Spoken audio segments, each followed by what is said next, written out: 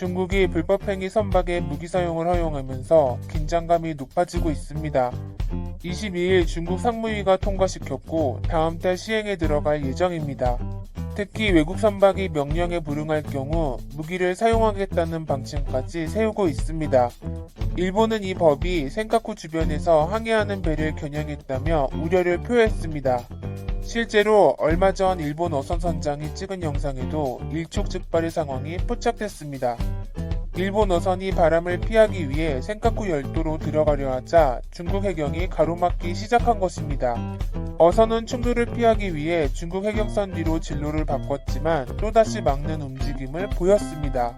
이에 일본 순시선과도 대치하며 팽팽한 긴장감이 흘렀던 것으로 나왔습니다. 중국의 행동은 작년 11월 이후 더욱 왕성하게 나타나고 있습니다.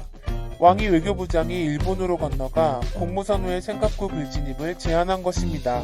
하지만 가츠노부 관방장관은 일본 고유 영토이기 때문에 어선 진입에는 문제가 없다는 입장을 보였습니다.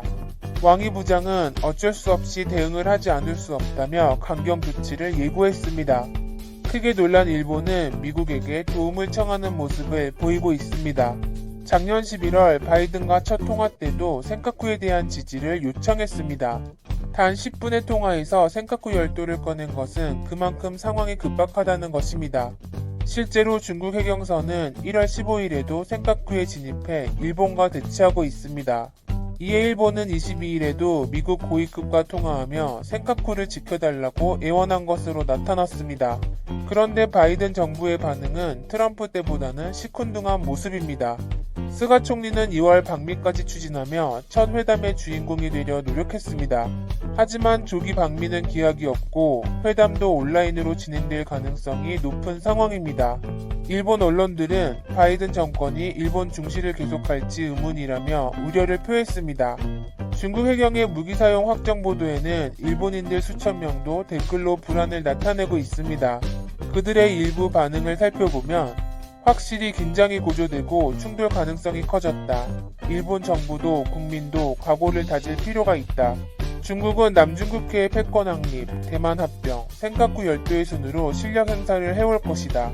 바이든 취임하자마자 이렇게 하는 것인가? 합동 군사훈련이 필요하다. 독도에 시설을 지을 때도 일본 정부는 아무것도 하지 않았다. 센카쿠도 그렇게 되어버리는 것일까? 이런 식의 반응입니다. 그런데 한국은 중국의 무기 사용 계획에도 눈도 꼼짝 안 하고 있습니다. 한국 해경은 이미 불법 조업 중인 중국 어선에 기관총을 발포한 적이 있습니다. 2016년 중국 어선 30여 척이 몰려들어 한국 해경선을 들이받으려 했기 때문입니다. 발포 한 달 전에는 중국 어선이 한국 고속정을 들이받아 침몰했던 일도 있었습니다. 그 후 한국은 낌새만 보여도 발포하라는 선조치 후보고 원칙까지 세웠습니다. 중국 언론은 한국의 강경책을 광적인 행동이라며 비난했습니다. 화춘익 대변인 또한 무력을 통한 법 집행 행위에 강하게 불만을 표시했습니다. 하지만 크게 놀란 중국 당국은 자국 어선에게 급하게 문자 메시지를 보내 한국 해경의 무기 사용 매뉴얼 강화를 알리며 저항하지 말라는 공지를 보냈습니다. 그런데 그 후 2017년에도 쇠창살과 철망으로 무장한 중국 어선이 한국 경비함정으로 돌진하자 해경은 경고 사격과 조준 사격을 가했고 중국 어선은 그대로 달아나 버렸습니다. 이런 강력한 조치에 3년 사이 중국 어선의 불법 조업은 70%가량 감소했습니다. 납포된 선박 또한 해마다 줄어 2020년에는 11척으로 감소했습니다. 그런데 정작 일본은 한국을 본보기로 중국에 메시지를 던지는 모습입니다. 최근 한국 어선이 자국 이이지에서 불법 조업을 했다며 납포해버린 일도 있었습니다.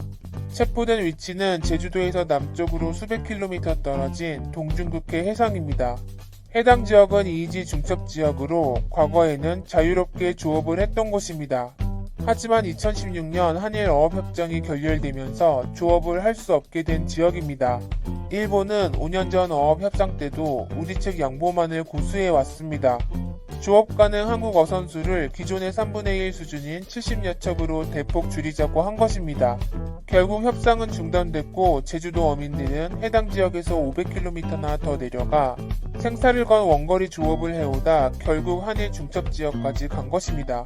그럼에도 일본은 납포를 했고 자신들은 정작 내로남불 모습을 보이고 있습니다. 1월 22일에도 일본 해상보안청 소속 측량선이 이이지 중첩 수역에 나타나 한국 해경의 경보에도 아랑곳 않는 모습을 보였습니다. 10일 전에도 비슷한 지역에서 한국 해경과 40시간 넘게 대치한 적도 있습니다. 과거 한국 대통령은 독도에 일본이 탐사선을 보내려 하자 부시라는 지시까지 내리기도 했습니다. 그러자 그 후 일본은 독도 탐사선 이야기는 입 밖에도 꺼내지 못하고 있습니다. 과연 일본에게는 어떻게 대응하는 것이 맞을까요?